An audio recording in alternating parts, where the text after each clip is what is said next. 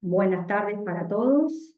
Bienvenidos al webinar de Datos Abiertos y Publicaciones Científicas, Acceso, Repositorios y Derechos de Autoría, organizado por las bibliotecas del área de Tecnologías y Ciencias de la Naturaleza y el Hábitat. Para nosotros es un gusto que nos acompañen hoy Juan Maldini, Mabel Serubián y Patricia Díaz, quienes desde sus saberes nos van a dar 3 exposiciones que podríamos decir que están muy vinculadas a lo que llamamos el nuevo paradigma de la ciencia abierta, que es bueno, un desafío que de alguna manera nos interpela con una manera diferente de construir conocimiento y también de comunicar ese conocimiento. Antes de pasar concretamente a presentar brevemente a los expositores, les quería comentar una cuestión más de logística, de cómo vamos a organizarnos. La propuesta es que los comentarios o dudas las realicen por el chat. Verónica y Silvana están por ahí y van a estar atentas a lo que ustedes escriban. Y luego de que finalicemos las exposiciones, bueno, entre todos compartimos, inclusive si alguien quiere abrir el micrófono también, ¿sí?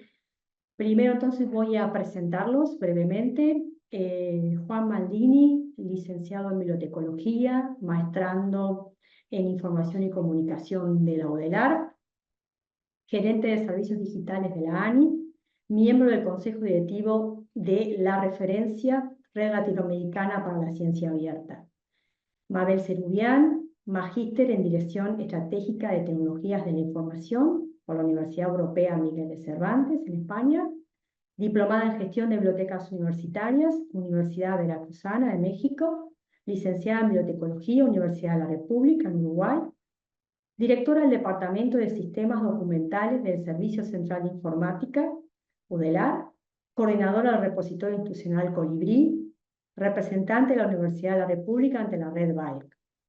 Patricia Díaz Charquero. Patricia es abogada y magíster en Relaciones Internacionales, docente universitaria, investigadora y activista por los derechos digitales, preside Data Uruguay y también coordina su laboratorio de datos y sociedad, DATISO.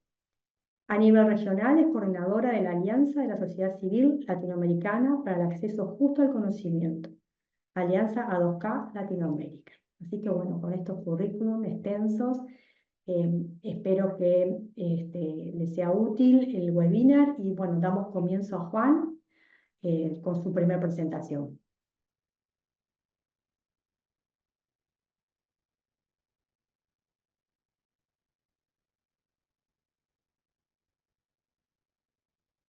Ahora sí, buenas tardes a todos. Muchas gracias por la invitación a las bibliotecas de UDELAR. Siempre es un gusto saber que se están hablando de estos temas en la universidad. Mi presentación tiene ese título grandilocuente, después me arrepentí de haberlo puesto. Básicamente lo que busca es identificar o comentar algunas tendencias que desde ANI observamos en el tema de acceso abierto a publicaciones y datos desde que empezamos a trabajar el tema en 2019 y bueno, y comentar muy brevemente qué estamos haciendo desde la agencia en ese sentido.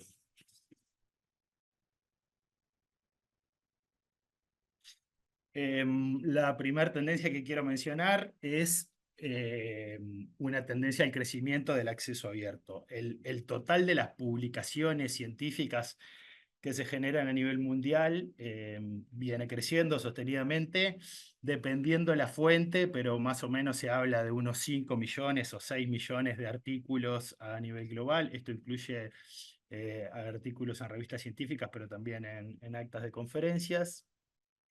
Pero comparativamente lo que más crece es lo que está en acceso abierto, más que lo que está bajo modalidad de suscripción. Este gráfico que es con datos de Dimensions, que es una base de datos bibliométrica, lo que plantea es que en 2020 la producción en acceso abierto superó a la producción que solamente está disponible bajo modalidad de suscripción. Cuando hablamos de acceso abierto, recuerdo por las dudas o por si hay gente que no sabe de qué estamos hablando de literatura científica disponible sin necesidad de pago por acceder a ella o de suscripción, y que está disponible también que puede ser reutilizada para cualquier propósito legal siempre que se respeten los derechos básicos de los autores.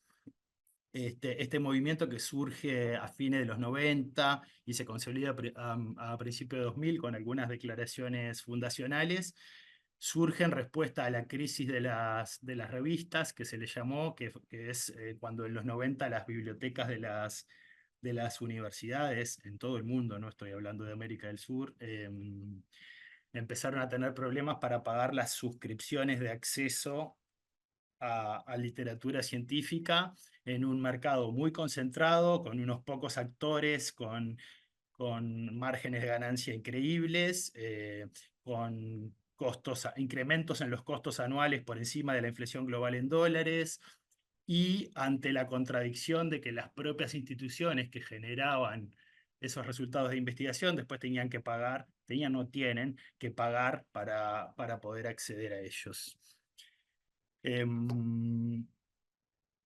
Frente a este crecimiento del acceso abierto, lo que me parece interesante es ver por qué vías está creciendo y sobre todo a qué costos está creciendo esa disponibilidad de la literatura en acceso abierto. Para Uruguay los datos son más o menos similares, quizás el crecimiento relativo del acceso abierto no es tan acentuado como a nivel global, eso después vamos a ver que se explica por algunas políticas que se están implementando sobre todo en el norte, pero también se observa un crecimiento de las publicaciones en total, en este caso la fuente de datos es otra, es Scopus, un crecimiento de las publicaciones en total, pero un crecimiento mayor de lo que está disponible en acceso abierto.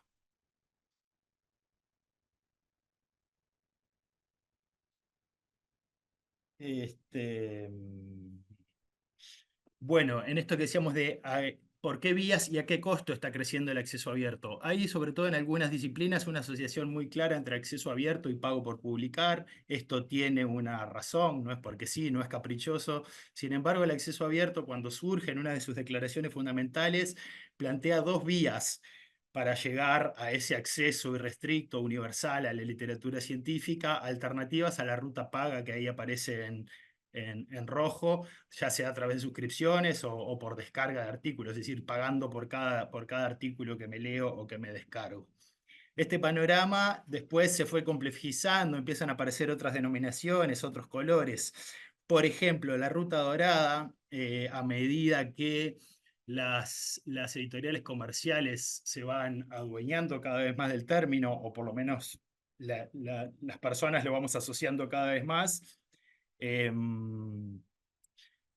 esa vía dorada comercial implica pagos por publicar. Entonces, en oposición un poco a eso, o para diferenciarse de eso, aquellas revistas o editoriales que trabajan sin cobrar tampoco a los autores se empiezan a autodenominar diamante como alternativa a la ruta dorada. Y por otro lado aparece a partir de una base de datos que es Unpaywall, que es muy utilizada para analizar la disponibilidad en acceso abierto, aparece esta categoría bronce para referirse a literatura que está disponible gratuitamente en la web de los editores, pero que como no tiene licencias abiertas estandarizadas, no está claro que eso vaya a seguir estando disponible, no está claro que yo lo pueda redistribuir, reutilizar, etc. Por lo tanto, técnicamente tampoco sería acceso abierto, en mi opinión. ¿Por qué esta diferenciación de las vías? Porque si desagregamos ese crecimiento del acceso abierto en función de las vías por las que está disponible esa literatura, nos encontramos que la vía dorada se explica ese crecimiento. En este caso no está diferenciada la vía diamante. Este gráfico lo publicó la Asociación Internacional de Editores Científicos, Técnicos y Médicos, donde están reunidos los grandes grupos editoriales, y lo que muestra es cómo hasta 2023 fue evolucionando la publicación por cada una de esas vías. Repito que el gold, la vía dorada, esa línea amarilla que es la que sube, engloba también engloba revistas de acceso abierto 100%, revistas híbridas, que son revistas de suscripción, donde si el autor paga, te publican ese artículo puntualmente en acceso abierto, y abarca también revistas de amantes, es decir, que no pagan ni por acceder ni por publicar. Además de la suba de la vía dorada, lo que llama la atención acá es la baja de la vía verde, es decir, a través de repositorios. Para mí se explica, por un lado, por los periodos de embargo a los que a veces los repositorios estamos sujetos, y por otro lado, a que solamente una publicación computa en el verde si no está además disponible por vía dorada. Es decir, que si acá los artículos se duplicaran, seguramente esta caída se amortiguaría o quizás no fuera una caída.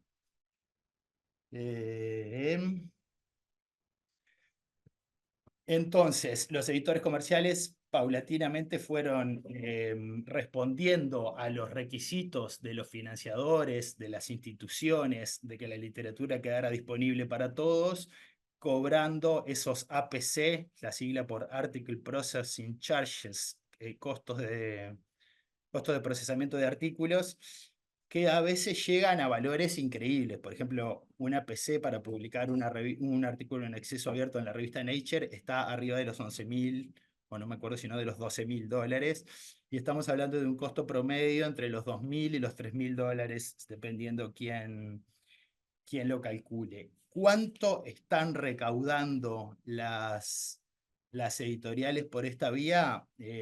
Nadie lo sabe con mucha certeza.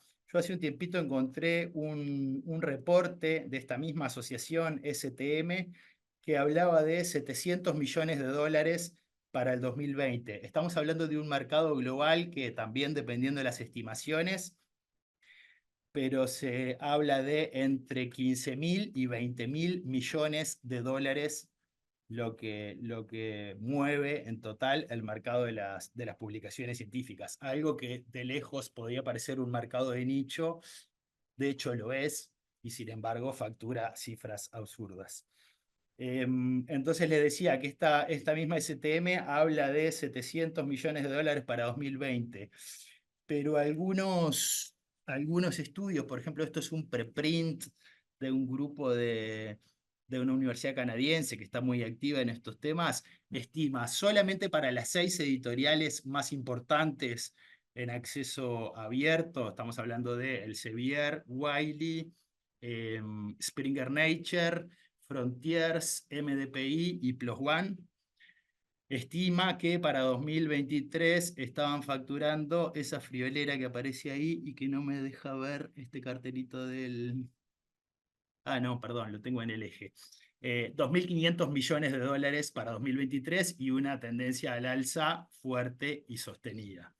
Tampoco hay evidencia de que esta facturación por costos por APC esté incidiendo en los costos de las suscripciones. Les puedo decir que para ANI, en el caso del portal Timbó, no ha implicado una baja en los costos de las suscripciones de revistas.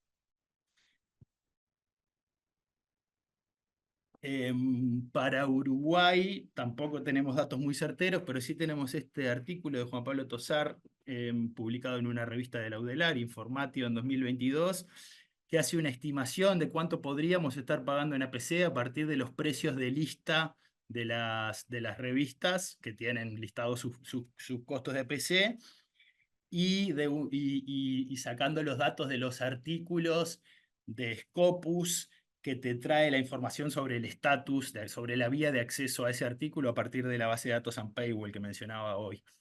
Él estimaba unos 200.000 dólares pagos en 2021, que fue el último año que comprendió el análisis. Acá siempre hay dificultades metodológicas, que es...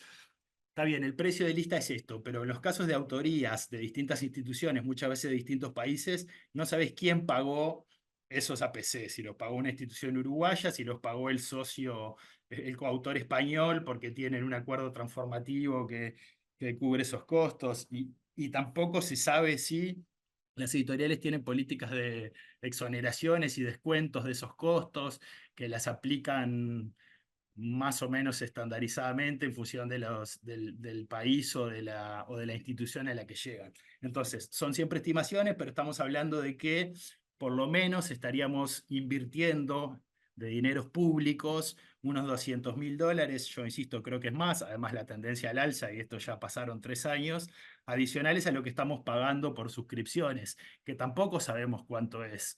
Yo les puedo decir que el portal Timbo invierte alrededor de $2 millones anuales en suscripciones, pero no tenemos los valores agregados de lo que invierte en cada una de las instituciones, por ejemplo, la Universidad de la República. Este tema nosotros lo venimos observando con cierta preocupación, sobre todo por la falta de datos, pero además por esto de que una inversión adicional por una vía no parece estar amortiguando los costos por otra. El problema de los APC y los acuerdos transformativos que muchas instituciones, sobre todo del norte, negociaron con las editoriales, te permiten leer lo que está bajo suscripción y que tus autores publiquen en acceso abierto por un único pago, digamos, por un monto consolidado. Esto que viene sucediendo hace unos cuantos años se empieza a ver a nivel global, ya no solo desde las instituciones del sur, que fueron las primeras que pusieron el grito en el cielo, que genera profundas inequidades porque hay un montón de investigadores o instituciones que no tienen plata para pagar esos APC. Y además el problema de sostenibilidad, de que los costos, incluso los costos para una misma revista también crecen y crecen. Entonces, en respuesta a eso, se empezó a articular a nivel global y desde las instituciones que hacen o que financian o que definen políticas de ciencia y tecnología, se empezó a articular una respuesta que pasa por reforzar la idea de que el conocimiento científico es un bien público global, que debe estar abierto y disponible para toda la sociedad, sin costos para los lectores, pero tampoco para los autores. Que el proceso de publicación tiene costos asociados, no cabe duda, pero el costo promedio de $2.500 por artículo parece un poco excesivo. En paralelo, el modelo diamante que veíamos hoy en una de las slides, en América Latina es prácticamente la norma. Por ejemplo, todas las revistas de Laudelar entran, o todas las que yo conozco por lo menos entran en este modelo, y los costos los asumen las propias instituciones como parte de su trabajo, digamos, de su función.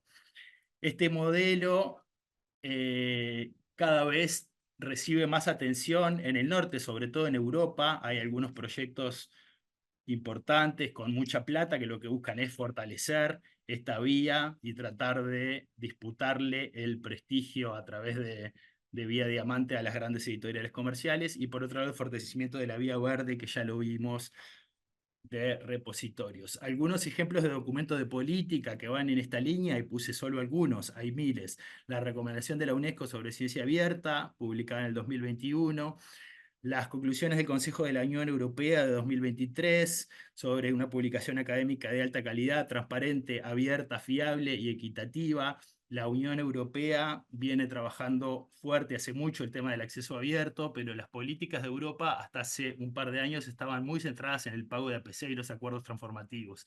Empezaron a hacer cuentas y no les daban, se dieron cuenta que ese modelo no era sostenible ni siquiera para ellos con sus presupuestos, y esto significó un cambio en la política de la Unión Europea, que se está traduciendo en instrumentos y proyectos específicos.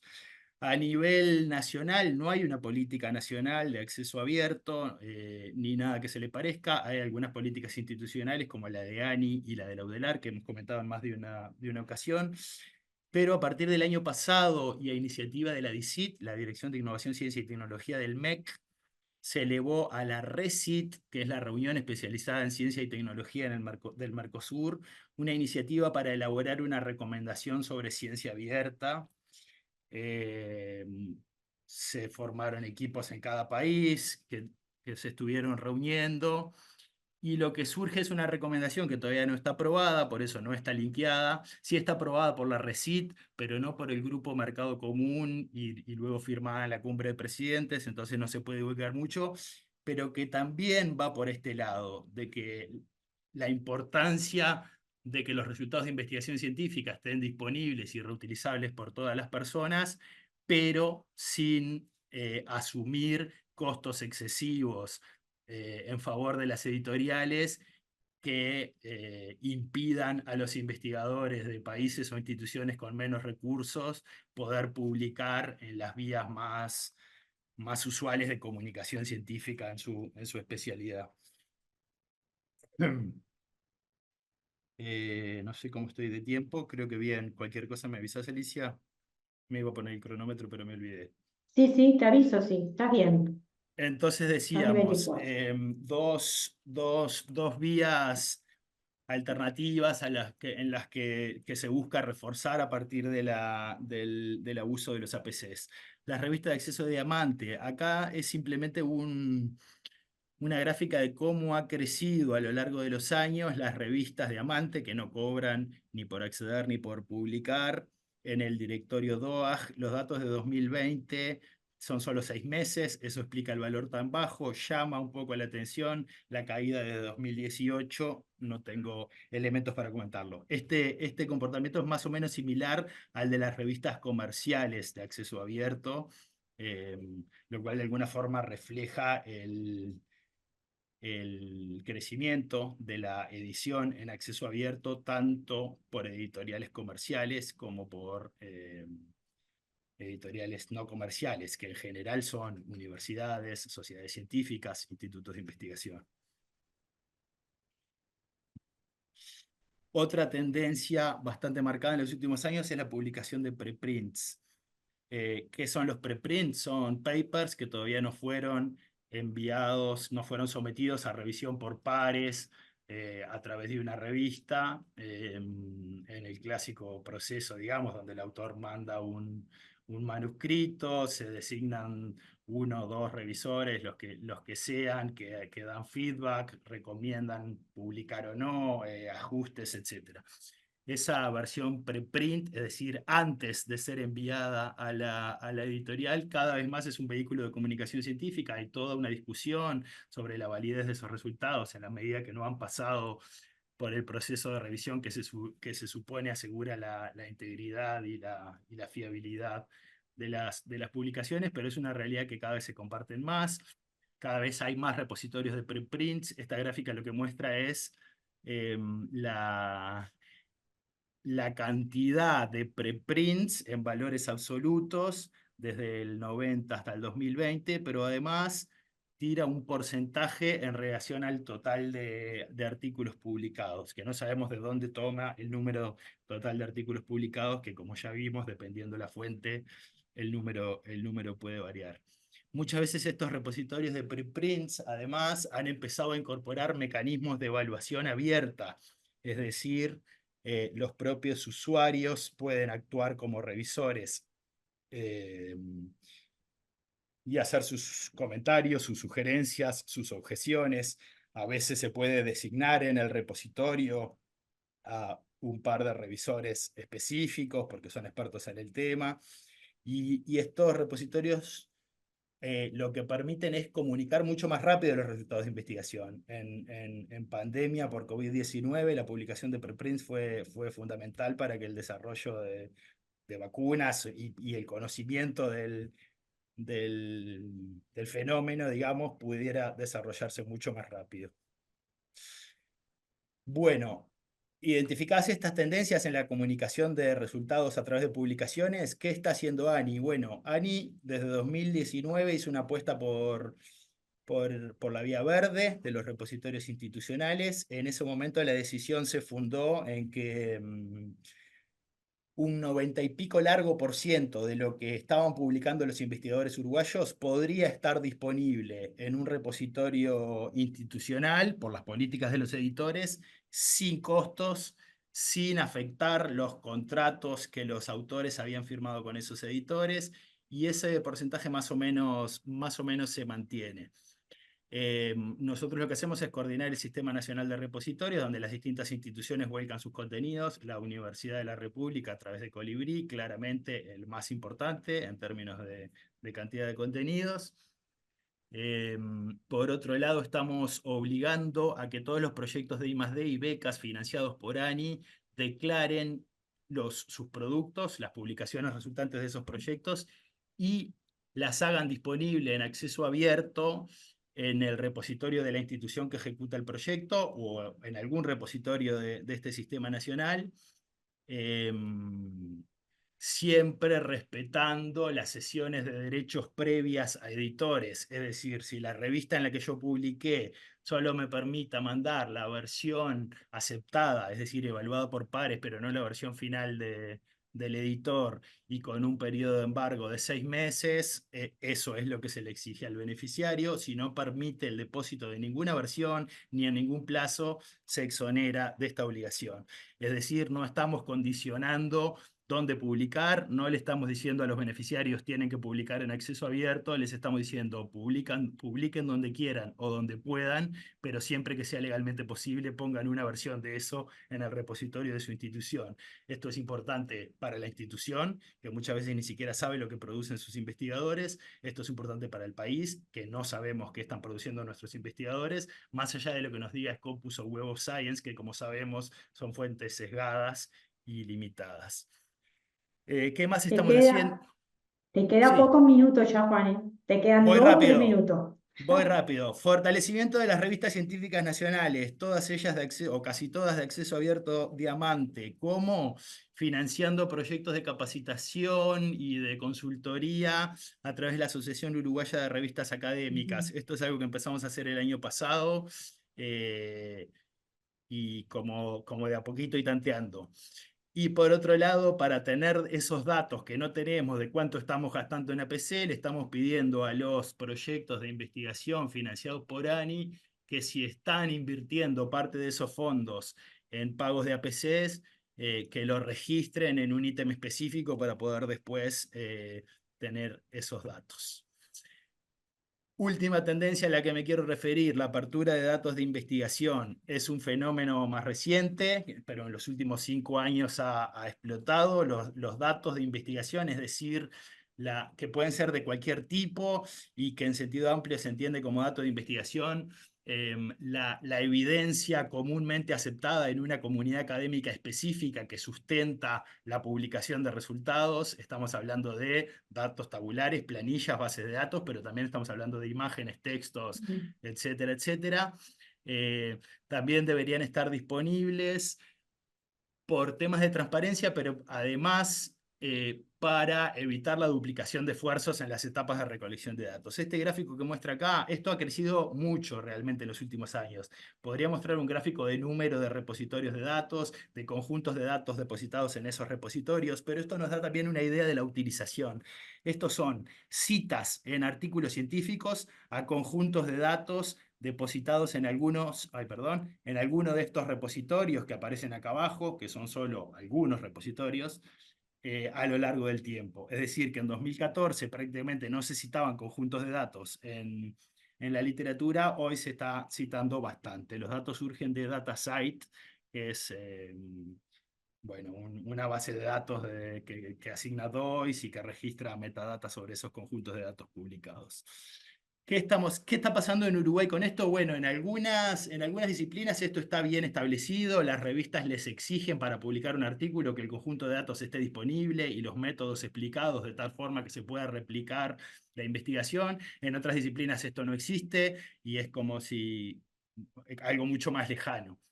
¿Qué estamos haciendo en ANI? Bueno, lo primero que hicimos fue montar un repositorio específico para datos de investigación. Se lanzó este año, todavía es muy chiquito, pero le ofrece a los investigadores y a las instituciones que los quieran utilizar la posibilidad de publicar sus datos sujetos a estándares, lo cual les da interoperabilidad. Se les asignan los conjuntos de datos un DOI, esos DOI, si después alguien los cita en una publicación, el repositorio los cuenta, entonces puedo saber quién está usando mis datos y para qué, y si los usó bien o los usó mal. y está abierto para que cualquiera que quiera poner a disposición sus datos ahí. Por otro lado, estamos implementando un plan de adopción y capacitación orientado a investigadores y personal de apoyo. En este momento estamos trabajando en forma de piloto con la Facultad de Ciencias Económicas de la UDELAR, que ya tenía algunos conjuntos de datos publicados, pero no cumplían con los principios FAIR, que son los principios habituales para datos. Y bueno, estamos trabajando con ellos como piloto. La idea es evaluar esa experiencia y ver si es posible extenderla. Por otro lado, estamos dándole un incentivo económico a proyectos beneficiarios del Fondo Clemente Estable que se comprometen al momento de postularse a publicar los datos resultantes en este o en otro repositorio abierto. Por otro lado, estamos relevando y cosechando conjuntos de otros repositorios, conjuntos de datos abiertos que ya están disponibles en repositorios internacionales, pero que nos interesa decir, bueno, esto hace parte del corpus de datos abiertos que está generando Uruguay. Y muy recientemente propusimos a los socios del Fondo Sectorial de Investigación Antártica, que son la UDELAR y el Instituto Antártico Uruguayo, poner la obligación de apertura de los datos resultantes de ese fondo en las bases. ¿Por qué esto? Amparados en una normativa no me acuerdo el nombre, pero el órgano de cooperación en la Antártida, que establece que toda la investigación que haga cualquiera de los países firmantes de ese acuerdo en la Antártida, los datos deben estar disponibles y reutilizables. O sea que hay un mandato internacional que nos ampara. Me quedo por acá, pero espero que esto sirva para generar algo de intercambio, consultas, comentarios al final de las presentaciones, porque me parece que estos son temas cruciales para la comunidad de la universidad y donde estaría bueno que todo el mundo opine y participe. Gracias. Bueno, gracias, Juan. Le damos entonces el espacio a Mabel.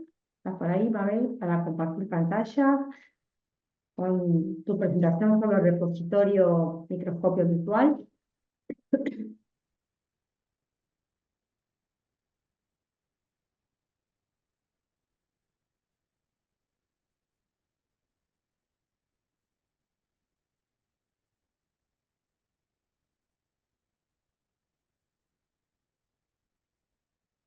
No sé si estás hablando, Mabel, porque estás muteada. Yo no te escucho.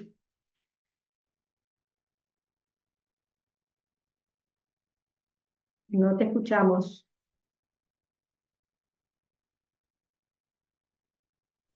Hola, ¿ahora? Ahora sí, ahora sí, ahora Bueno, sí. ¿se ve la presentación? Se ve perfecto, Mabel. Muy bien.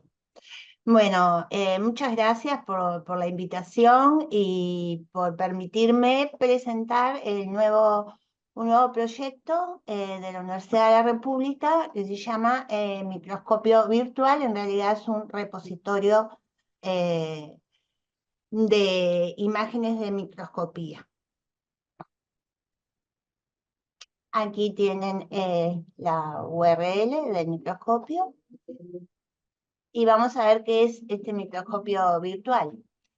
Este repositorio es una herramienta educativa. El objetivo con el que se crea es apoyar a la enseñanza y permite a los estudiantes de las carreras que necesiten observar eh, organismos en el microscopio acceder a muestras virtuales de imágenes digitales desde cualquier dispositivo y de una forma de facilitar el aprendizaje y la formación práctica sin necesidad de tener un microscopio físico.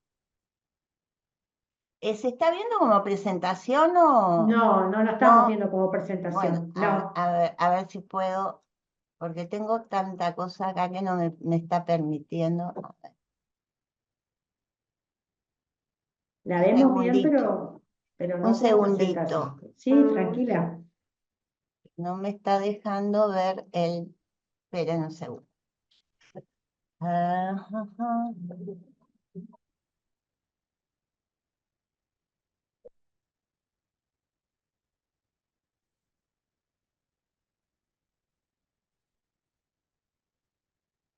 Que no puedo ver, perdón, pero no puedo ver acá, no me está dejando ver para pasar la diapo, a ver si muevo.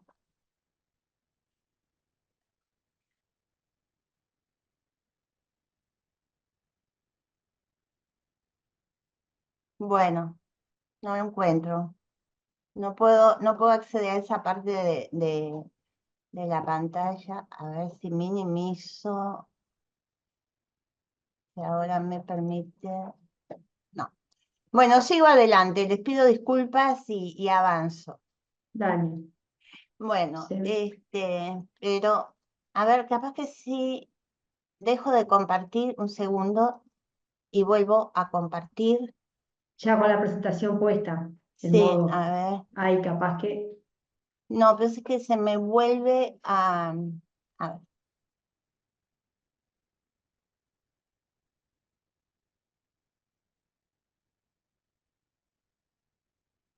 no la tenés en versión PDF, Mabel. No, justamente no. Ah, no Pero importa, es igual se ve bien, digo, no, la porque se vemos bien. van a ver cosas que no se van a ver capaz que muy bien, pero no sé por qué no puedo. Ay, bueno, ahora creo que lo logré, No, ahora sí, ¿no? sí, sí, Ahora sí, sí. perfecto, perfecto, Bueno, perfecto. entonces vamos a avanzar. Disculpen los inconvenientes. Bueno, ¿cuáles son los antecedentes de esta nueva herramienta? Como antecedente está el microscopio virtual de la Unidad Académica de Histología e Immunología de la Facultad de Medicina. Ellos tenían una plataforma online para la visualización de estos preparados histológicos. Y este material elaborado por los técnicos docentes e investigadores del departamento. Luego, también tenemos como antecedente el interés de la Comisión Sectorial de Enseñanza por llevar a cabo un proyecto más abarcativo de este tipo de recursos educativos. Y por último, la red de macrouniversidades de América Latina y el Caribe. El proyecto de este microscopio virtual, de este repositorio de microscopio virtual, se desarrolla como en el marco de la red de macrouniversidades de América Latina y el Caribe, donde la UDELAR forma parte. Como proyecto de la red macrouniversidades se trabajó para crear, el objetivo final de este proyecto era crear un portal de microscopía virtual y recursos para estudios de la salud. Fue un proyecto multidisciplinario donde se trabajó en grupos de trabajo con docentes, con investigadores de diferentes áreas, con informáticos, bibliotecólogos y también con expertos en el uso educativo de las tecnologías digitales. Hoy el objetivo era crear este portal y que todas las universidades que integran la red y que se sumaron a este proyecto cosechar sus propios repositorios y formar este portal. Es decir, cada universidad que participa en el proyecto debe crear su propio repositorio de imágenes y luego el portal cosecha las imágenes y crea una herramienta mucho más amplia y con mucha más recursos. Aquí está la dirección de la URL donde está el microscopio que cosecha este portal, que cosecha de los demás microscopios de cada universidad. Bueno, ¿cuáles son las ventajas de contar con esta herramienta? Posibilita la exploración en cualquier dispositivo electrónico de una forma similar a la que se realizaría con un microscopio convencional. También la capacidad de observar distintos preparados con diferentes aumentos, a diferentes escalas, en toda su extensión, y con la diferencia notoria de la utilización de imágenes estáticas de un libro o un texto. Estas son dinámicas, ¿verdad? Y también interactivas, ¿no? Y se exploran en tiempo real grandes imágenes y se pueden a analizar preparados imágenes de gran tamaño y de pequeño tamaño en la misma muestra. También es una forma de optimizar recursos, dado que a veces existen contextos en que no todos los estudiantes pueden acceder a los materiales, a los laboratorios, a los microscopios, y con esta herramienta se permite que un acceso masivo y global y democratizar el acceso a estos recursos educativos. Y esta es una frase del doctor Julio Siciliano de la Cátedra de Histología y Embriología de la Facultad de Medicina, que dice: permite una experiencia de aprendizaje más inmersiva, logrando obtener nociones de escala, proporción y contexto que no sería posible con un atlas o un libro de texto. Esto se repite porque es como la clave de este microscopio. ¿Y qué nos ofrece un microscopio, un repositorio de microscopio virtual? Acceso a las imágenes microscópicas, la preservación de esas imágenes, mayor disponibilidad de muestras y flexibilidad de visualización, favorecer el aprendizaje y la formación, descripciones detalladas. Después yo más adelante les voy a contar cuántos metadatos se deben llenar para completar el ingreso de una imagen. Pero esto hace que se facilite la comprensión de las estructuras microscópicas y de los conceptos. Y también, obviamente, se fomenta la educación, la investigación y el avance del conocimiento en el campo de la microscopía.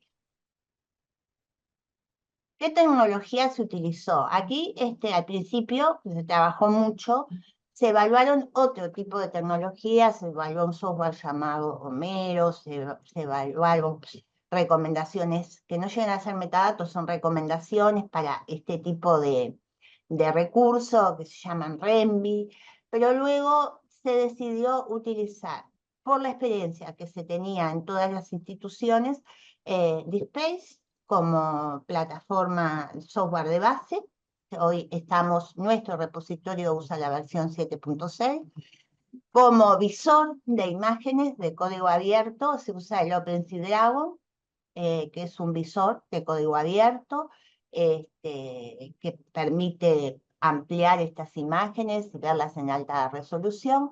Y como servidor de imagen se utiliza IPImage, que es un sistema de servidor de imágenes avanzado de alto rendimiento y que permite la visualización en streaming. Está basado en la web y el zoom de imágenes de ultra alta resolución. O sea que tenemos estos tres componentes que conforman la tecnología del repositorio de microscopía virtual. Y luego vamos a hablar de cómo definimos qué íbamos a utilizar para describir estas imágenes. Entonces, se utilizan metadatos y es una mezcla de metadatos, por decirlo de alguna forma. Se usa Dublin Core para lo general, Darwin Core para lo que es contexto biológico, lo que le llamamos contexto biológico en esta descripción de la imagen, y para la parte administrativa se usan metadatos de la OMS. En total cada imagen requiere más de 70 metadatos. O sea, si hay docentes aquí interesados en esto, no se asusten, porque lo que son metadatos administrativos, que son unos cuantos, porque como integramos un portal con otras universidades, es necesario identificar no solo a la institución, sino a la facultad, a las colecciones. Todos esos datos vienen preparados para cada facultad y vienen ya cargados por defecto. Lo que tienen que completar es lo que llamamos nosotros contexto biológico, o sea, las características de la imagen, la técnica utilizada, qué organismo es, etc. Lenguaje controlado. Es muy fuerte el lenguaje controlado dentro de la descripción de las imágenes porque hay mucha lista que no permite digitar, o sea, está ese listado que se trabajaron mucho los docentes y los investigadores para contemplar la mayoría de las áreas. Entonces hay lenguaje controlado para técnicas, hay lenguaje para, bueno, para los organismos, reino, filo, todo eso está también normalizado, las técnicas, el tipo de microscopio, es decir, hay el órgano, el tejido, todo eso, quien va a ingresar solo debe seleccionar. Si no estuviera en esa lista, lo comunica y se agrega. Cuando se agrega en un repositorio, debe comunicarse al resto de las universidades que se está agregando un nuevo término en esos listados predefinidos. Y para la cosecha, perdón, se utiliza el protocolo OAI-PMH. O sea que a nosotros, una vez por semana, nuestro repositorio de microscopio virtual lo cosechan desde México y se llevan las nuevas imágenes ingresadas. Entonces, todo esto está asegurando, como siempre lo repetimos, la normalización y la interoperabilidad. En esta primera etapa, o sea, el repositorio, si bien se lanzó dentro de la red de macrouniversidades, dentro de la universidad todavía no tuvo un lanzamiento oficial. Estamos comenzando en esta primera etapa todavía con el depósito, en principio, de más de 200 imágenes de la Unidad Académica de Histología y Embriología de la Facultad de Medicina, que está el doctor Julio Siciliano, Ernesto Miquel, que es quien trabaja muy fuerte con esto, pero lleva su trabajo la descripción.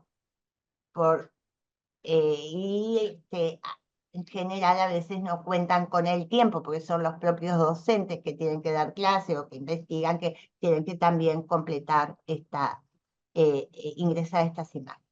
Actualmente tenemos 44 imágenes y esperamos que para fin de año se sigan sumando estas de Facultad de Medicina. Y bueno, y esperamos también tener, que ya hemos hecho algún contacto, sobre todo con Facultad de Veterinaria, nuevas colecciones.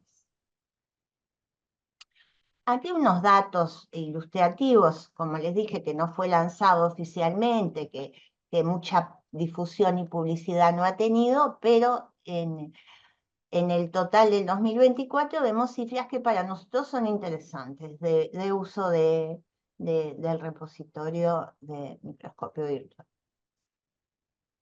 Y de los países, o sea, la lista sigue, pero puse los 10 primero, creo, pero también desde Europa, digo, y esperamos que el uso siga creciendo. Y aquí tenemos las imágenes más visitadas,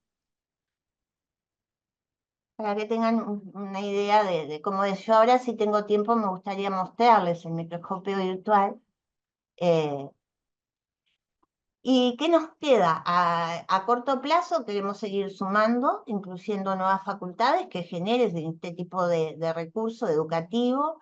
Tenemos que definir más la gobernanza porque va a estar la Comisión Sectorial de Enseñanza, ya están los protocolos de ingreso, el flujo de trabajo, una serie de documentos, pero falta todavía ajustar algunos puntos, la difusión, capacitación y obviamente potenciar el uso de la herramienta y promocionar su uso, que es lo que queremos. Pero lo mejor de esto es ver, aquí está el contacto, que es mesa de ayuda, @cesiodeuy, el primer contacto, que es con nosotros, y luego se establece ya toda esta red para poder orientar y asesorar a quienes se quieran sumar. Yo voy a dejar de compartir porque les quiero mostrar alguna cosa que tiene el repositorio. Compartir pantalla. ¿Se ve la pantalla? Ahora sí, se ve bien. Bueno, esta es la entrada en la página principal del repositorio. Si son usuarios autorizados, inician sesión. Si son usuarios que quieren solo consultar, ver qué hay y observar y explorar las imágenes, no es necesario. Entonces, tenemos la forma de buscar, como en cualquier repositorio, cualquier plataforma de búsqueda. Pero si no sabemos qué contiene este repositorio, podemos ir a comunidades. Aquí en comunidades nos va a decir lo que hay, que en principio hoy es lo que tenemos, Facultad de Medicina. Esa sería la comunidad y acá están las colecciones. Colecciones, dentro de esta comunidad están los preparados histológicos, que tiene una descripción de, la página tiene una descripción del departamento y de lo que tiene la colección. Y si no sabemos qué es lo que tiene este repositorio, podemos buscar por sistema o aparato, y aquí van a aparecer las imágenes correspondientes a estos sistemas o aparatos. Por palabra clave, esta la aportan obviamente los docentes. Por organismo, acá está el nombre común del organismo, o por técnica de tinción. ¿Sí? Bueno, acá podemos ver los envíos vigentes. Y si yo quiero buscar, por ejemplo, quiero buscar directamente, busco, puedo entrar a sangre, por ejemplo, quiero ver sangre porque les quiero mostrar algo que es re interesante. Y aquí aparece el listado que hay de sangre. Si yo ingreso, puedo ingresar, nos va a mostrar unos datos, una vista simple con los principales datos, ¿no? El autor, la fecha en que se subió, qué licencia, quiénes son los responsables de la colección, el contacto, una descripción, el nombre científico del organismo, esto pertenece a una persona, qué técnica se utilizó y cuál fue el objeto, cuál es el aumento. Si quiero ver la imagen, hago un clic sobre la imagen, pero acá también en página completa del ítem muestra todos los metadatos que se ingresaron para describir esta imagen. Lo que tiene de interesante es que antes, sí, por ejemplo, en Colibrí, si queremos ver todos los metadatos, nos muestra solo el código del metadato. Aquí podemos ver el nombre común y sí el código, ¿no? Y aquí están todos los datos de esta imagen. Ya les digo, hay mucha imagen, hay mucho metadato que se carga por defecto, no lo van a tener que completar. Entonces, voy a dar la imagen aquí. Ahora abro el visor, que es el OpenSea Dragon, y aquí aparece la imagen. Puedo navegar sobre la imagen, puedo ir agrandando y no perder la calidad. Tiene los botoncitos, pero lo que yo quería mostrarles es acá. Acá hay una descripción que es Pero, una Mabel, ficha. Para que, Sí. no sí, la no estamos sé, viendo. no, Ah, ¿no se está viendo? yo Ah, pensé que era el delay mío de ah, internet, porque pero se me no. fue. Esperen. Lo que pasa es que se me fue a otra pantalla. Perdón. ¿Ahora Ahora sí, está? ahora sí, Bueno, sí. entonces, al hacer clic en la imagen, aparece el visor, el que permite agrandar esta imagen, explorar por segmentos. Aquí en descripción, yo fui a descripción, hice un clic y me aparece la ficha de esta imagen, que los metadatos que vimos antes, para que no se pierdan esos datos cuando el usuario está explorando. Pero lo más interesante además es guía, o sea que el docente puede preparar una guía para que el estudiante observe eh, formas o lugares específicos dentro de la imagen o tejidos específicos. Entonces, aquí esto es un metadato, pero aquí se está explicando lo que es el preparado, lo que corresponde, y cuando hay un link que acá aparece en rojo, si hacemos un clic, lleva específicamente al estudiante a ese segmento, a ese sector, a esa parte de ese tejido que el docente desea que observe en particular y que le está dando una serie de información para que pueda analizarlo y que tenga una explicación de lo que está observando. Bueno, más o menos, a ver si me voy de acá a comunidades y no me salgo si sigo estando. Sí, sí, se está. Estás llegando ahí, Bueno. ya llegaste al tiempo, Mabel. No sé si estás Bueno, terminando. pero es esto, quería mostrarle, quería que pudieran observarlo, que pudieran verlo. Hay imágenes que, esa justo es de sangre, pero es la que tiene la guía, pero hay imágenes, todas tienen su miniatura, Mm. y bueno, aquí están los datos, explica qué es, sección de pulmón, de qué animal, y acá nos falta poner, porque estamos con el nombre científico, tenemos que agregar el nombre común para que quede más claro. El objetivo de escaneado, las palabras clave. Bueno, dejo por acá, y espero que siga creciendo esta nueva infraestructura, que también es una infraestructura que favorece al desarrollo de la ciencia abierta. Muchas gracias. Gracias a ti, Mabel. Y súper interesante el microscopio virtual. Como tú decías, acá en facultad hemos tenido ahí unos contactos con la gente de histología, porque también quedaron entusiasmados. Así que bueno, le damos la palabra a Patricia con su Buenas, trabajo. hola, gracias por la invitación. Felicitaciones, Mabel, está espectacular ese trabajo. Sé que es súper específico, pero sé que lleva un trabajo y que siempre me decís, aprendo de todo.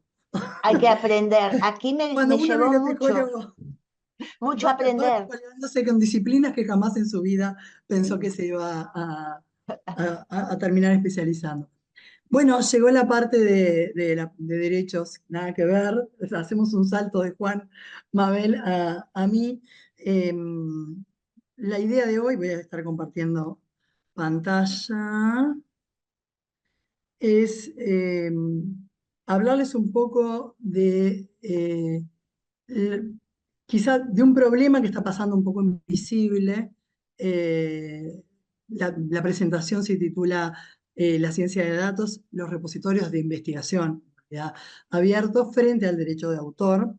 Y mi presentación se va a basar en una hipótesis y explicar por qué planteo esta hipótesis, que todavía no deja de ser una hipótesis porque los repositorios de investigación y la ciencia de datos en América Latina no han tenido el boom que tienen, por ejemplo, en el norte global, pero la hipótesis es que los investigadores, especialmente aquellos que centran su investigación en ciencia de datos, y los repositorios de datos de investigación latinoamericanos, se encuentran en una especial situación de inseguridad jurídica por motivos de derecho de autor, y voy a explicarles por qué. La base central es entender que, a diferencia del 80% de los países del norte global que tienen excepciones al derecho de autor para la investigación, y específicamente para la investigación basada en análisis computacional, o sea, la Unión Europea tiene una normativa que obliga a sus países a tener excepciones para minería de texto de datos, por ejemplo, con fines de investigación. Canadá, Estados Unidos, los países de Asia, todos tienen en general un régimen blanqueado, y en muchos casos hace más de 10 años. En Europa este tema quedó blanqueado ya por el 2018 con la nueva directiva de derechos de autor, pero bueno, este tema sigue siendo un problema que es como un vaticinio de que vamos a ver problemas grandes en nuestros repositorios de datos abiertos y en el desarrollo de la ciencia de datos en Latinoamérica en los próximos años. Y básicamente me quiero centrar en esto de que la ciencia de datos vino a revolucionar el método científico. Sé que todo lo que se publica en repositorios de datos de investigación en abierto no es, o sea, probablemente no sea la mayoría de lo que se está publicando ahora, datasets relacionados con recolección entrenamiento de modelos o recolección de datos para hacer minería de texto y datos, que es básicamente inferir conclusiones o conectar detectar patrones en grandes volúmenes de datos, pero bueno, esto es cada vez más común. De hecho, el uso de bases de datos de terceros como insumo de investigación, ya sea digitalizando colecciones y archivos físicos, pasándolos por OCR y luego aplicando técnicas, o utilizando colecciones digitales con fines de análisis, o inclusive para el análisis cualitativo. O sea, existen herramientas de análisis cualitativo sobre corpus de datos muy grandes. Bueno, todas estas técnicas de investigación, o sea, son cada vez más frecuentes y gradualmente se van a estar publicando estos corpus de datos en nuestros repositorios. Entonces, la cuestión es que los repositorios de datos son una vidriera de algo que antes estaba oculto, que son los datos. Y las preguntas que pueden surgir en los propios investigadores, quizás no tanto en los repositorios, porque los repositorios tienen, de hecho, por ejemplo, los términos y condiciones de Redata, de ANI, es el investigador el encargado de determinar la legalidad o ilegalidad y el responsable de lo que publica, pero igual el publicar sets de datos que pueden generar conflictos o pedidas de bajada también puede llegar a ser algo contraproducente para los repositorios de datos. Y estas preguntas son las que se tienen que hacer los investigadores que centran su investigación en métodos de ciencia de datos. ¿Los datos fueron recolectados legalmente? ¿Era necesario pedir autorización? ¿A quién se la pido? ¿O a quién se la pedí? ¿Era la persona correcta o la institución correcta? ¿Y cuál es el alcance de la autorización? Entonces, lo que determinamos desde la Alianza A2K, que es donde estoy trabajando también con este tema, Alianza A2K Latinoamérica, entrevistamos a 53 investigadores, representantes de agencias de investigación, prorectores de investigación, sobre las metodologías de acceso a datos, y nos dimos cuenta que este régimen no lo tenían claro. O sea, ¿cuál es el régimen aplicable a las bases de datos? O sea, tenían un conocimiento muy importante en cuanto a temas de privacidad y aplicar técnicas de anonimización, disociación de datos, pero no sabían identificar el tema de titularidad de datos y cuándo estaban a quién pedir permiso al momento de, por ejemplo, querer utilizar una base de datos, scrapear datos, o cuando no hay APIs. Ustedes saben que cuando hay una base de datos y se ofrece una API, que es una forma de ingreso a la base de datos, bien, no hay ningún problema, porque es una puerta de entrada que te pone los límites. Pero cuando no hay APIs, hay muchísimos ejemplos en los que no existen APIs para ingresar a las bases. Bueno, ¿a quién le pedimos autorización? Y ahí entender que las bases de datos en sí mismas están protegidas por derechos de autor como una obra, y que existen diferentes tipos. Por un lado tenemos las bases que contienen simples datos, ejemplo, una planilla que contiene números. Los números no están protegidos, pero si utilizan como insumo para su investigación una base de datos que a su vez contiene obras, como son imágenes, textos, audios, aquí se superponen derechos. El derecho del titular de la base y el derecho de los autores de las obras que están incluidas dentro de esa base. Y hay una maraña que hay que desentrañar ahí. Y no siempre es fácil. De hecho, les traigo algunos ejemplos. Yo utilizo mucho la base WIPOLEX. WIPOLEX es la base de la OMPI, de la Organización Mundial de la Propiedad Intelectual, que es una base normativa.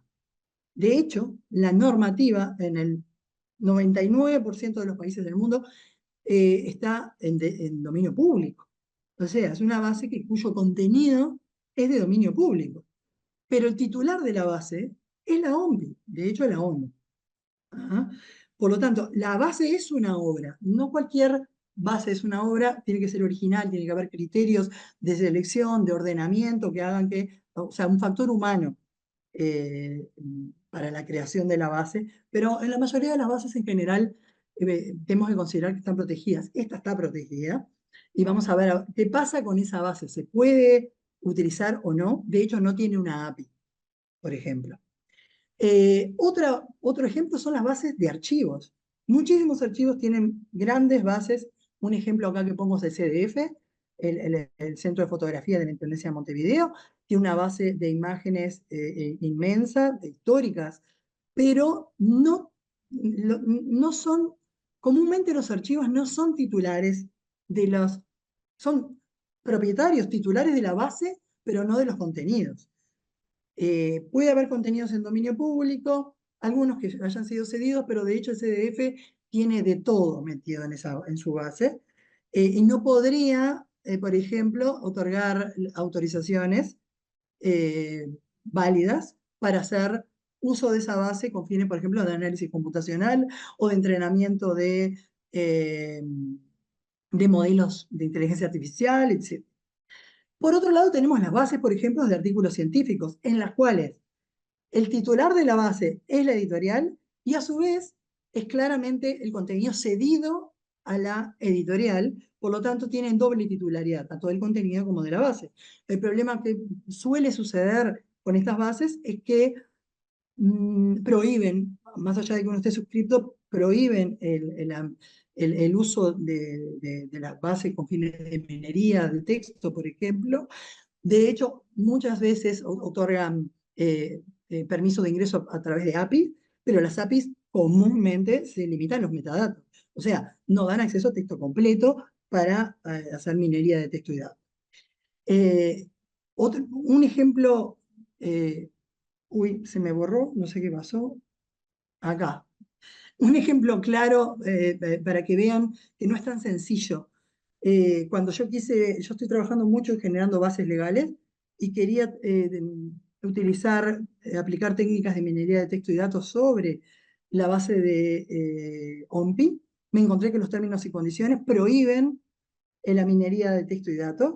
O sea, obviamente que la minería de texto y datos se tiene que hacer, el scrapping, por ejemplo, se tiene que hacer de una manera ética, hay reglas para eso, hay que avisar a los responsables de la base, hacerlo de una manera en que no se genere conflicto de denegación de servicio, o sea, que se le den muchas solicitudes, que se caiga el sitio, hay que hacerlo en los momentos en los que no se usa, por eso hay que ponerse de acuerdo, pero una cosa es pedir autorización y que te la denieguen, y otra cosa es ponerse de acuerdo cuando se va a hacer la descarga de contenido. Y estamos hablando de que esta es una base de contenido en dominio público, de tratados internacionales y de normativa.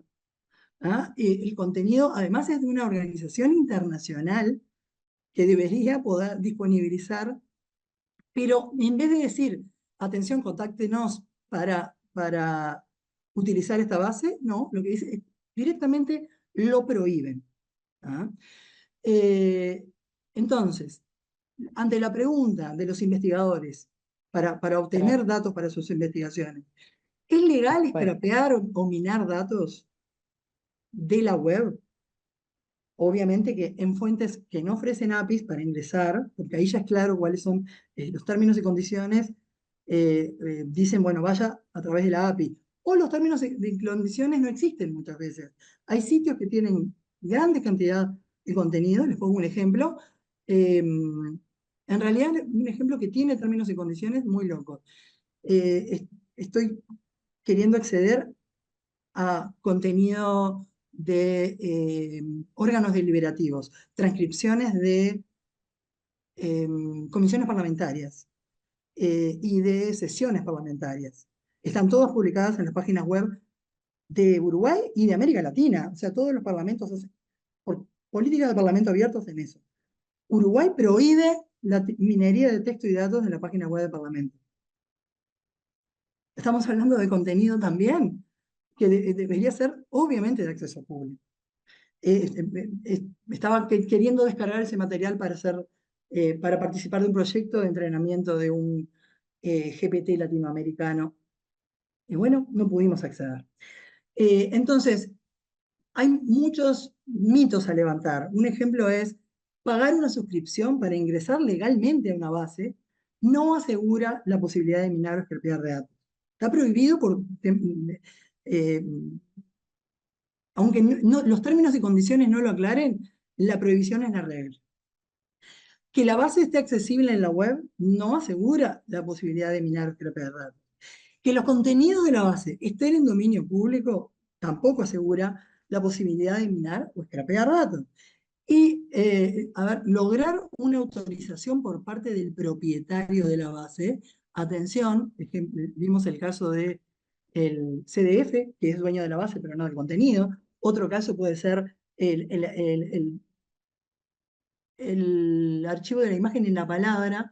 Tiene una base de radiodifusión, o sea, se entregan copias digitales de depósito legal de radiodifusión. Si yo quisiera utilizar eso con fines de investigación, no me lo podría dar la autorización el archivo, porque no son dueños son dueños de la base, pero no del contenido. Y por último, algo también que parece contradictorio, utilizar bases publicadas en otros países con licencias libres tampoco asegura la posibilidad de minar o scrapear datos. Un ejemplo claro es las bases. Hay muchísimas bases que están publicadas en repositorios de Estados Unidos, que incluyen contenidos basados en excepciones al derecho de autor que no tenemos en América Latina, en Uruguay específicamente. Entonces, en Estados Unidos era legal publicar esa base en ese repositorio y era legal crear esa base, pero al usarla y publicarla con una licencia Creative Commons. Pero cuando lo estamos descargando en Uruguay, los contenidos de esa base no siempre tienen, son de uso legal. Los contenidos en sí mismos. La base toda puede estar con el Creative Commons, pero si adentro hay imágenes o o textos que fueron obtenidos a través de excepciones como Fair Use, bueno, estamos en un problema porque tampoco se podrían usar. Quería comentarles dos casos reales para ilustrarles hasta dónde llega este tema. En el año 2011, en Reino Unido, tenían este problema y se estaba discutiendo una reforma del derecho de autor. Y hay un informe el informe Hargraves sobre minería de textos y datos, que fue decisivo para cambiar todas las leyes de Asia y de Europa. Y les traigo un montón de casos. Les traigo un caso que plantea Hargraves en su informe. El caso se llama Investigando la malaria. Dice, alrededor del 5% de la población mundial está infectada con malaria, una infección parasitaria que mata a unas 800.000 personas al año, principalmente niños. Se estima que la malaria provoca una reducción del crecimiento económico en el África subsahariana de hasta 1,3% anual. Durante la primera mitad del siglo XX, decenas de miles de pacientes con neurosífilis fueron infectadas intencionalmente con malaria. Este tratamiento curó a una parte de los pacientes y es el único en la historia de la medicina y la literatura resultante. Contiene una gran cantidad de conocimientos relacionados con la biología, o sea, la malaria como un método de cura de una enfermedad. Entonces lo que hicieron fue seguir y documentar la biología de la malaria. Actualmente, la Unidad de Investigación de Medicina Tropical de MyDoc Oxford, con sede en Tailandia, un centro de investigación de Reino Unido que también tenía sede en Tailandia, apoyado por Wellcome Trust, está interesada en poner a disposición de los investigadores un conjunto de 1000 artículos de estas revistas de la primera mitad de siglo. Este experimento querían utilizarlo con fines de minería de texto y datos. A menudo, y ahí empieza a enumerar los problemas, a menudo es imposible establecer quiénes son los titulares de los derechos de autor de estos artículos, muchos de los cuales aparecieron en revistas desaparecidas hace ya mucho tiempo. Son obras huérfanas. Copiarlos para que estén disponibles de forma general en línea violaría la ley. No es posible reproducir ilustraciones, diagramas individuales, etc. Si se pudiera superar el problema de las obras huérfanas, aún no sería posible extraerlas por minería de texto. O sea, copiar los artículos para ejecutar software en busca de patrones y asociaciones que ayudarían a los investigadores, sin el permiso de los titulares de los derechos que se puedan encontrar, ya que no hay ninguna excepción que cubra la minería de texto. Incluso superar estos obstáculos no garantizaría que la minería de textos fuera posible en casos futuros. Los documentos sobre la malaria, dice, siguen sin estar disponibles para los investigadores debido a los requisitos de autorización de derechos que parecen desproporcionados con respecto a cualquier beneficio que los titulares de esos artículos probablemente desearían si pudieran encontrarlos. O sea, y sigue, a lo que voy es, siempre se está hablando de minar redes sociales o minar, no, estamos hablando de, hay miles de fuentes en las que se puede utilizar con fines de análisis computacional y es imposible utilizarlas. Y acá un caso latinoamericano les traigo. Actualmente estoy asesorando a el CENIA, que es el Centro de Inteligencia Nacional, de Inteligencia Artificial Nacional de Chile, que está organizando un proyecto que es regional, está participando muchísimos países de América Latina, juntando datos para entrenar un GPT latinoamericano. Entonces, la asesoría que estoy dando ¿es legal o no es legal? Ya les conté un caso de que no se puede en la mayoría de las web parlamentarias descargar las transcripciones de órganos legislativos para entrenar con datos reales a este modelo. Pero además lo comparé con otro modelo, un GPT-NEO, que es un GPT modelo de lenguaje, ¿no? Estamos hablando de un similar a ChatGPT, pero libre. GPT-NEO es un modelo libre que se entrenó con la base de datos que se llama DeepL. Yo fui a mirar qué contenía DeepL, que además está publicada en los repositorios de datos de investigación de un montón de organizaciones del norte, porque es una data es muy usada, claro, pero está en inglés, no la podemos usar. Pero además si estuviera en español tampoco la podríamos usar, porque tiene subtítulos de YouTube, que ya encontramos que no se puede utilizar subtítulos de YouTube para nuestro sistema. Tiene, basado en Fair Use, unas bases de libros, Book 3 se llaman, que son unas bases que están circulando a nivel del norte para hacer minería de texto y datos, que no se pueden usar ni en Latinoamérica ni en África, porque es ilegal. Tienen un montón de contenidos que si nosotros quisiéramos usar las mismas versiones, descargar subtítulos de YouTube, por ejemplo, en español, no podríamos hacerlo. Y están publicadas en repositorios de datos del norte. Entonces, nada, termino comentándoles que hemos ido, y ahí sí me pongo el gorro uruguayo, hemos ido desde la Asociación de Bibliotecólogos, la Asociación Uruguaya de Archivólogos, docentes de la universidad y desde Data Uruguay al Parlamento a promocionar, a tratar de que se apruebe la reforma del derecho de autor. Dentro de esta reforma se incluye esta excepción, que es explícita que es lícita la reproducción de obras con fines de análisis computacional siempre que se realicen en el marco de la investigación no comercial. Lamentablemente, hoy esta es la piedra en el zapato. Aceptan, estamos hablando de las gestoras colectivas y las editoriales, inclusive el Consejo de Derecho de Autor, acepta todo el resto no está discutiendo otras excepciones, discute esta, no quieren esta. Y termino con sugerencias para repositorios de datos abiertos de investigación o futuros proyectos. Esto lo pienso no solo a nivel Uruguay, sino Latinoamérica. Debemos incluir dentro de las actividades de estos repositorios, primero el mapeo y el seguimiento de las reformas parlamentarias. De hecho, tenemos en Uruguay, en Chile y en Brasil proyectos ley que están impulsando esta reforma. Mapeo de APIs, es muy útil generar un listado de APIs de bases de literatura científica, plataformas y otras bases. Intentar ir generando un gran mapeo de dónde es que se puede recurrir legalmente a sacar datos. Y también brindar asesoramiento e información en gestión de derechos de autor para proyectos de investigación.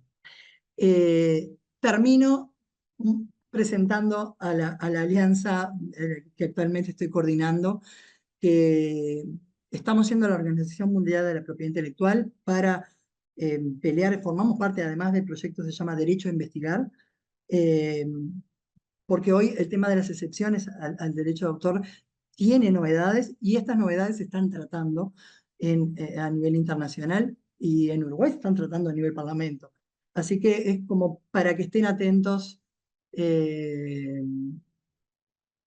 a esta agenda. No sé, fui rapidísimo porque quería Sí, cumplir. bien, no, genial, cumpliste genial. La verdad que es sumamente interesante lo que planteás. Que bueno, siempre nos deja ahí en ese lugar de que es tan poco el movimiento que podemos hacer, ¿no? Con el tema de derecho de autor y la falta de excepciones en nuestro país. Yo no sé si en el chat, por lo que estuve viendo, no vi ninguna pregunta ni duda. Abro la posibilidad de que, Verónica, no sé si vos viste algo, no hay nada, ¿no? No, no, Bien. no hay nadie que esté haciendo consultas. Sí, ya estamos en 15 y 24, pero si hay alguien que esté interesado bueno, abrir micrófono y hacer algún comentario o hacer alguna consulta, les abro así la palabra.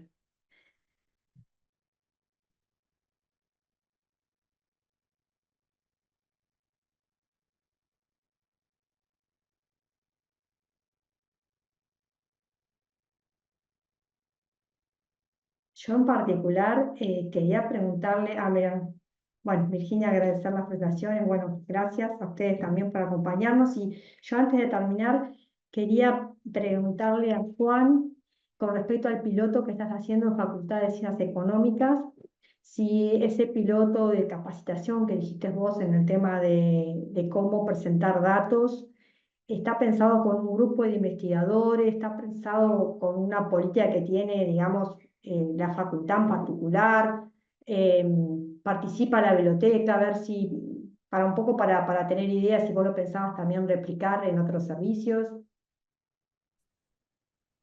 Bueno, la idea es evaluarlo y ver la posibilidad de replicarlo. Sí, la propuesta llega justamente a través de la biblioteca, porque la biblioteca había estado trabajando con el Instituto de Economía en unas bases que están publicadas en su sitio web y que habían intentado publicar en el catálogo de datos abiertos de AGESIC y no se los aceptaron porque no cumplía con determinados estándares. A raíz de eso, la dirección del instituto con la biblioteca y con un equipo de consultoras de la Universidad de Rosario, Argentina, contratadas especialmente para esto, eh, están haciendo una serie de encuentros para tratar de ajustar esos datos a principios FEAR, para lo cual la participación directa de los investigadores es fundamental y subirlos en Redata. Si la cosa va bien, vamos a evaluar la posibilidad de destinar algún recurso para brindar servicios similares de acompañamiento y de asesoría, digamos, a otros servicios de UDELAR, institutos de investigación, otras instituciones, etc. El objetivo para nosotros es poder dar nosotros ese servicio en algún momento. Todavía estamos también Genial. desarrollando capacidades en el equipo de ANI. Bien, O sea, bárbaro. no te Así puedo que, asegurar nada. Por ahora ciencias pero está. económicas y el año que viene veremos. No, pero podemos estar atentos a eso porque me parece sumamente interesante. Me parece que el camino del tema de los datos abiertos también es un desafío para los investigadores y para las bibliotecas, ¿no? Sin lugar a dudas. Sí, ahí el otro día, dialogando con una colega de la ANID de Chile, la Agencia Nacional de Investigación para el Desarrollo, creo que es de Chile, me decía, no seas tan paternalista, los investigadores ya recontra saben cómo ajustar sus datos a principios Bueno, FEAR y publicarlos. A mí me parece que depende un poco el área sobre todo. Entonces, nada, por ahí es por donde tenemos que ir definiendo ese plan de capacitación, digo. bárbaro. Puedo hacer, en realidad quiero contestar a algo que acaba de decir Juan. La semana pasada fue el encuentro internacional latinoamericano de ciencia abierta y educación abierta. con respecto a este tema de los datos, tanto los investigadores españoles como en general los de países en los que se instaura algo que, y requisitos para obtener financiación pública relacionados con planes de datos, etcétera, la gran queja era o investigamos o cumplimos, o sea, la gran queja es la falta del tiempo y el estímulo imperfecto en el sentido de que está subdimensionado el factor recursos humanos y cuánto tiempo le lleva cumplir con los requisitos. No creo que no lo sepan hacer, sino que no es su prioridad y el estímulo les parece, o sea, hay una queja de no es suficiente, se nos va mucho tiempo y dinero del proyecto en cumplir. Quizá podría ir por el lado de afinar en algunos casos, y bueno, y todas las quejas obvias de la gente del área de la investigación cualitativa, ¿no? En cuanto a que tienen 1000 problemas para superar, que eso sí es más cuestión técnica de cómo gestionar los datos y que no queden inutilizados o que sean pertinentes. Pero hay todavía que afinar mecanismos de incentivo, ¿no te parece? En realidad es una pregunta, porque bueno, yo me llevé eso de escucharlos quejarse mucho del tema. Bueno, nosotros, perdón, vi que había alguna mano levantada, pero voy a responder la consulta. Nosotros, a contrapelo de lo que están haciendo la mayoría de las agencias financiadoras del mundo, no estamos obligando, estamos dando un incentivo económico específico a aquellos proyectos que decidan ir por este camino. La versión europea, o Si sea, si a los investigadores les molesta dedicar tiempo a esto, es tan fácil como incluir al equipo algún técnico acostumbrado a trabajar en Sí, datos que les ayude. claro. sí, sí. Sí, no sé si alguien tenía levantada la mano por ahí, no veo a nadie ahora. Así que, Yo solo una consulta, perdón.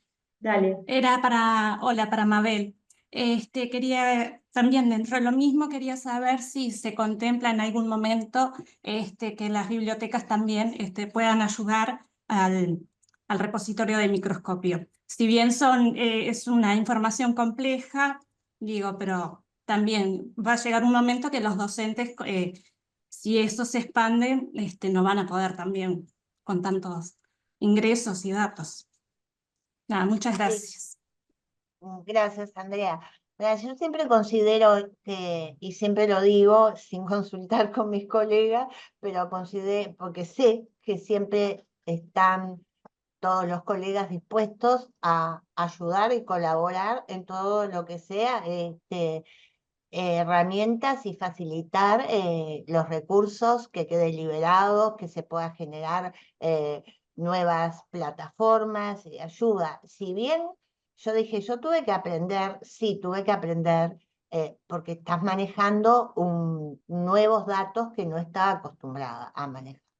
Pero yo creo que sí, que es un pilar la biblioteca en este caso de apoyo a los docentes, porque lleva su tiempo. Ellos ya invierten mucho tiempo en preparar esas imágenes, que tengan calidad, que se puedan visualizar bien, en hacer por eso les mostré la guía, la observación guiada. Eso también les lleva un tiempo porque tienen que tomar esa imagen que se lo permite hacer el visor e ir marcando, estoy hablando medio, sin el léxico correcto, pero ir marcando segmentos en esa imagen para que puedan ir a explorar específicamente eso que quiere el docente. Todo eso les lleva tiempo. Y las bibliotecas obviamente que sí que pueden ayudar hasta a veces las primeras imágenes las cargué yo en el repositorio de microscopio, con una planilla que me entregó Ernesto Miquel, me dio la planilla y la fui cargando. Después ya hay cosas que es un clic, un clic, un clic, porque se van repitiendo y vas aprendiendo que es una técnica, que es otra técnica, pero eso es porque porque también es importante, no creo, no vamos a salir expertos de esto, pero saber de qué se está hablando, también es importante, conocer qué tengo que completar y si está bien completado. Yo creo que sí, que las bibliotecas, y yo siempre digo, están las bibliotecas que pueden ayudar a los docentes. Quizás para ellos es más fácil completar datos en una planilla y después la biblioteca ingresa y va cargando los datos. Y también hay mucho de selección. Y muchos datos administrativos, metadatos que vienen ya precargados. Pero sí, Andrea, yo creo que es importante también, yo no lo dije en la presentación, pero que las bibliotecas están para apoyar estas nuevas desarrollos que son tan importantes y en este caso dedicado a la enseñanza, ¿no? Que va con el objetivo de la enseñanza. Bueno, bárbaro, muchas gracias. No, a ti. Bueno, si no hay más comentarios, les agradecemos a todos que nos hayan acompañado hasta acá. Juan, tú tenías algo para decir. Sí, dos consultas para Patricia. En esto de que a mí todavía me cuesta entender de esto de los derechos de autor sobre bases de datos y los usos de esas bases de datos. Primera pregunta, una obra, por ejemplo, una base de datos que contiene otras obras, ¿puede ser licenciada con una licencia que no aplica a las obras que contiene, como mencionabas vos en un ejemplo? Sí, pero depende del país, porque las licencias Creative Commons explicitan que no afectan las excepciones y que cuando haya un contenido que creado en base a material propio o licenciado con otra licencia libre y en parte basado en una excepción al derecho de autor, va a aplicar al contenido que puede aplicar. O sea, es como un disclaimer de, atención, esta licencia aplica sobre la parte que puede aplicar, no sobre la parte basada en una excepción. Y no afecta nunca las excepciones. Por lo tanto, lo que sucede es que los estándares de publicación de los repositorios de datos abiertos de investigación suelen ser las Creative Commons y los investigadores a estas bases que fueron estudiados previamente su legalidad, pero tienen muchas fuentes de legalidad. Una es porque son de creación propia, otra es porque se reutiliza contenido con Creative Commons, y otra es porque en base a una excepción. Bueno, les ponen a la obra base de datos una licencia porque es el estándar de publicación. Y luego el que lo descarga, se confía. La gente de Seña se quería matar cuando se enteraron de eso, porque para ellos era una confianza total el reutilizar contenido de una fuente confiable, como un repositorio institucional de una universidad, por ejemplo, licenciado con Creative Commons. Y no está mal usada la Creative Commons en ese caso. Lo que pasa es que las bases de datos son obras complejas. Era esa la pregunta, ¿no? Sí, era esa. Y tenía otra, pero la dejo para otra ocasión porque me va a llevar un rato entender tu respuesta. Dale. Bueno, eso, gracias a todos por acompañarnos en este webinar, en esta propuesta, y bueno, seguro que les debe haber quedado un montón de cosas ahí como para seguir pensando. Nos encontramos ahí por la vuelta. ¿Esto va a quedar grabado, Alicia? Perdón. Sí, quedó grabado, Ah, bien, bárbaro. Gracias. quedó grabado. Sí, ¿Sí? ¿Estás segura? Sí, sí, se está grabando. sí, Claudia lo quedó Y después grabado. va a quedar, después la vamos a compartir, seguramente van a estar en los canales de YouTube de cada En los canales biblioteca. de YouTube de cada biblioteca, búsquenlo por ahí. ¿Vale? Bueno, nos estamos viendo Gracias. entonces. Que pasen Gracias, bien. chao. Buenas Que tardes. Muchas pasen gracias. bien. Saludos. Chao. Gracias por la invitación. Sí, Chao. igualmente. Muchas gracias a Gracias. ustedes. Hasta luego. Hasta luego.